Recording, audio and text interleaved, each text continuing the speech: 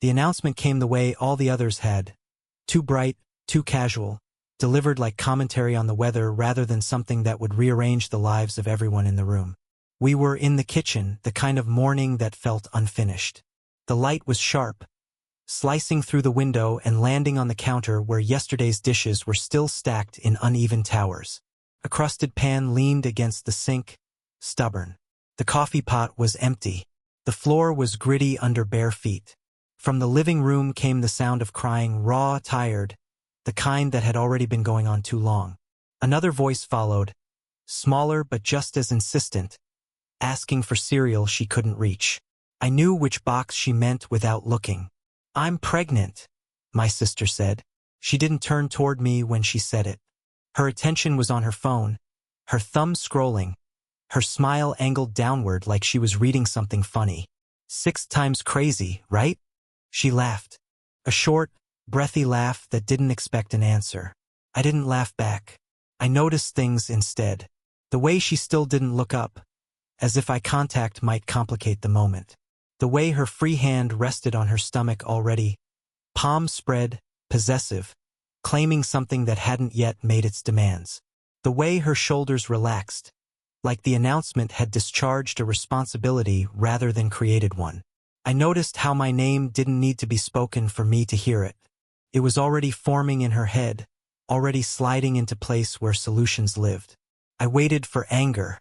I assumed it would come first, hot, sharp, undeniable. Didn't. What came instead was something colder. Recognition. A click like a lock finally turning after being stuck for years. Not surprise. Not shock. Just confirmation. Of course. I had raised her children in increments. Not officially. Not with papers or schedules or authority. Just gradually, the way boiling water doesn't feel hot until it suddenly does. A hand here. A favor there. A night that turned into a week that turned into years. I knew which kid hated peas and which would eat them if you called them little green beans. I knew which one needed the blue cup, not the green, and how using the wrong one could ruin an entire morning. I knew which nights she wouldn't come home, which mornings she'd sleep through school drop-offs. I knew how to braid hair with one hand while packing lunches with the other. I knew how to fill out permission slips, how to sign forms with her name when she forgot or didn't bother. I knew which teachers needed reminders, which pediatrician preferred emails, which shoes were too small even though no one had said anything yet. I knew because I had been there, because I was always there. People called me a good aunt. They said it with smiles, with admiration, like it was a compliment. That was the word they used so they wouldn't have to use the real one.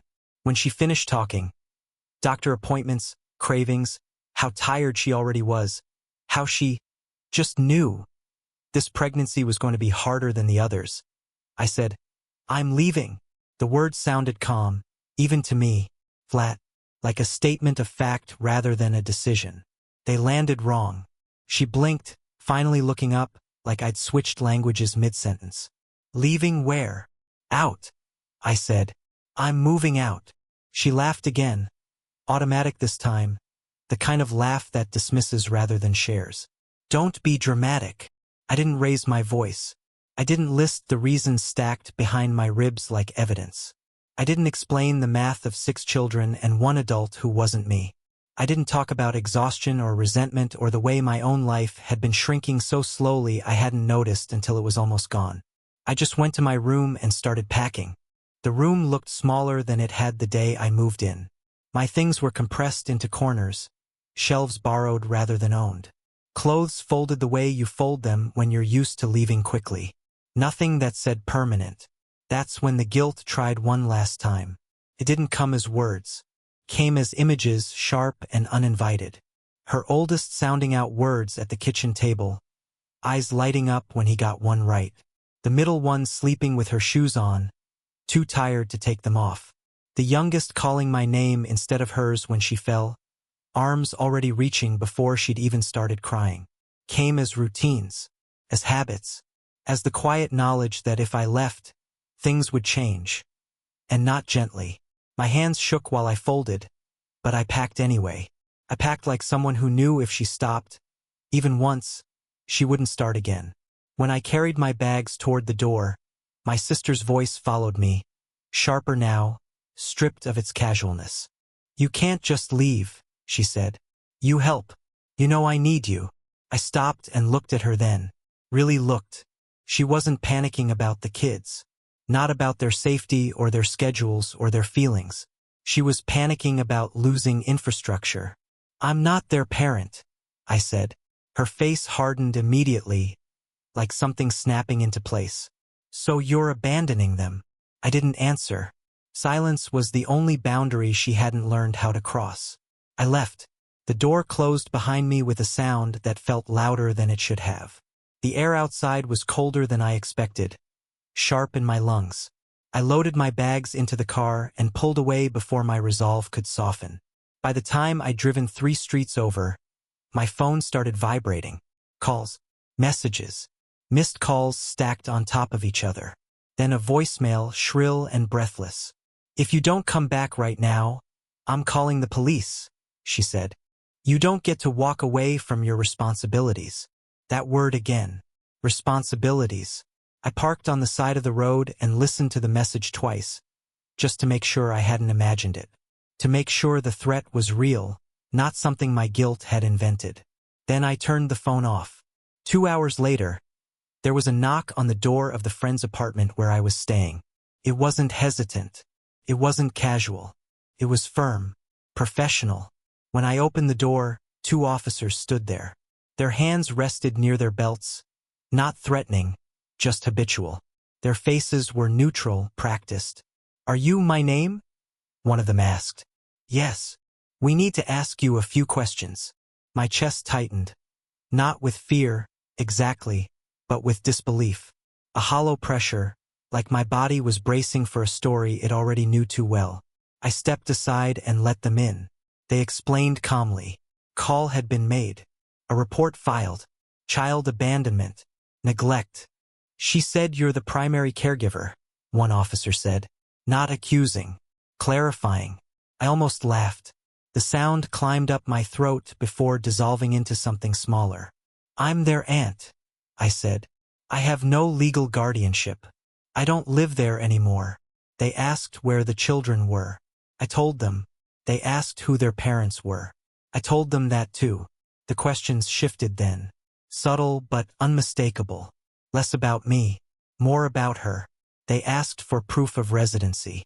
I handed over my ID with the new address I'd updated weeks ago, quietly, without telling anyone. I hadn't planned for this moment specifically, just for the possibility that I'd need to prove I belonged to myself. They asked about financial responsibility. I showed them my bank statements. No shared accounts. No dependents. No hidden ties. One officer nodded slowly, like something had settled into place. "Thank you," he said. "We're going to follow up." They left as professionally as they'd arrived. I sat on the couch and stared at the wall, my heart pounding now. Not from fear of arrest, but from the aftershock of being believed without performance, without pleading, without having to justify my exhaustion. An hour later, my sister called again. This time, her voice was different, lower, tight. "They came back," she said. "They asked me questions." I didn't speak. "They said you're not legally responsible," she went on. "They said I can't just—" Her voice broke, then snapped back into place. "You made me look bad." "No," I said quietly. "I stopped covering." She hung up. I heard later, from a cousin, from an aunt who suddenly wanted to check in, that the police had stayed longer than she expected, that they'd asked about the father of the children, about school attendance, about resources she wasn't using. No one was arrested. No one was taken away. But something shifted. For the first time, an authority she couldn't guilt or charm had drawn a line she couldn't move. The days after were strange. Too quiet. I kept reaching for my phone at school dismissal time. Kept thinking I'd forgotten something essential, permission slips, snacks, pickups. My body still moved on old schedules even when there was nothing to meet them. But slowly, the absence turned into space. I slept, deeply, without listening for footsteps or cries. I read books that had nothing to do with child development or emergency planning. I went to work without planning someone else's life in my head while pretending to focus on my own. The guilt didn't disappear. It still shows up at night sometimes, wearing the faces of kids who didn't ask for any of this. But the panic is gone. My sister hasn't forgiven me. Maybe she never will. Family gatherings are tense now, divided into people who think I should have stayed, and people who won't say what they think out loud. No one calls me a good aunt anymore. They call me distant. I can live with that, because for the first time, the life I'm building doesn't depend on someone else's crisis. And the boundary I set wasn't loud, or cruel, or vengeful. It was quiet, and it held.